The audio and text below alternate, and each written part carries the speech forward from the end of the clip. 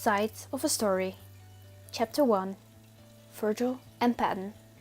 Virgil's point of view. Patton, do we really have to? I say to my best friend as our car stops in front of a decent house.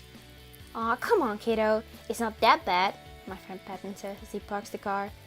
It really is. We have to live with 4 people in one house, I say, putting my hoodie on. It's cold outside.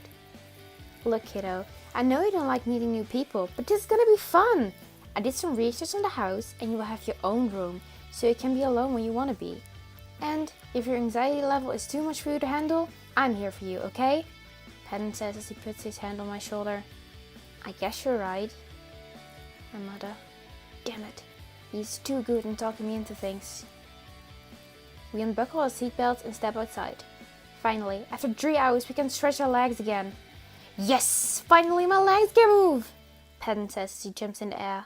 I smile at this little goofy action. Should we first unload the car, or should we go inside the house? I ask Patton. Well, I think we're the first here.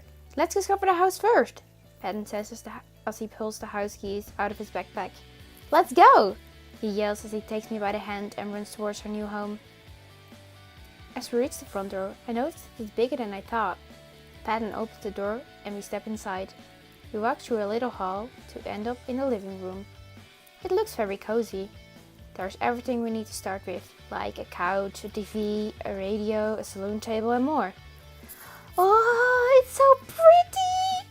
Patton yells as he jumps around the couch. Come on, Vert, let's look at the kitchen. I hope we have an oven. I really need an oven for my famous cookies, he yells dramatically.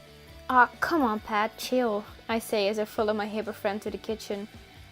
Oh, it's so big! This is perfect, Patton says as he inspects the kitchen.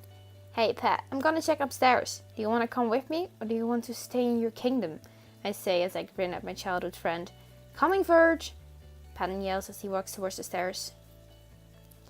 This floor has 4 bedrooms and 2 bathrooms. Hey, Verge, would you prefer to sleep together on one side of the floor? Patton says. Yeah, that's a good idea, Patton, I say as we walk towards the first bedroom on the right. There is a big window, a 2-person bed and a closet. I think this is perfect for you, Pat. A big window for your flowers, I say looking at my smiling friend. You're right, Virgil. This is perfect, he says as he steps inside. I'm going to check the room next door, I say. You do that, kiddo. I'm going to look at the possibilities in this room, Patton says. I walk out of Patton's room toward the one next to this. This room is different from Patton's room.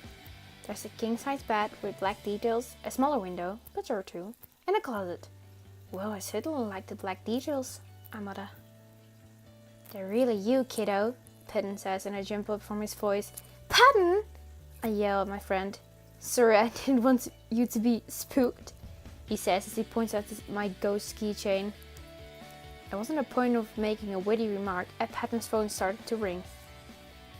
Yellow, with Patton, Patton says as he points at his backpack. Which color is? Yellow. I chuckle at the goofiness from my friend, but drop my smile as soon as I see Patton's face. What do you mean the moving stroke is late?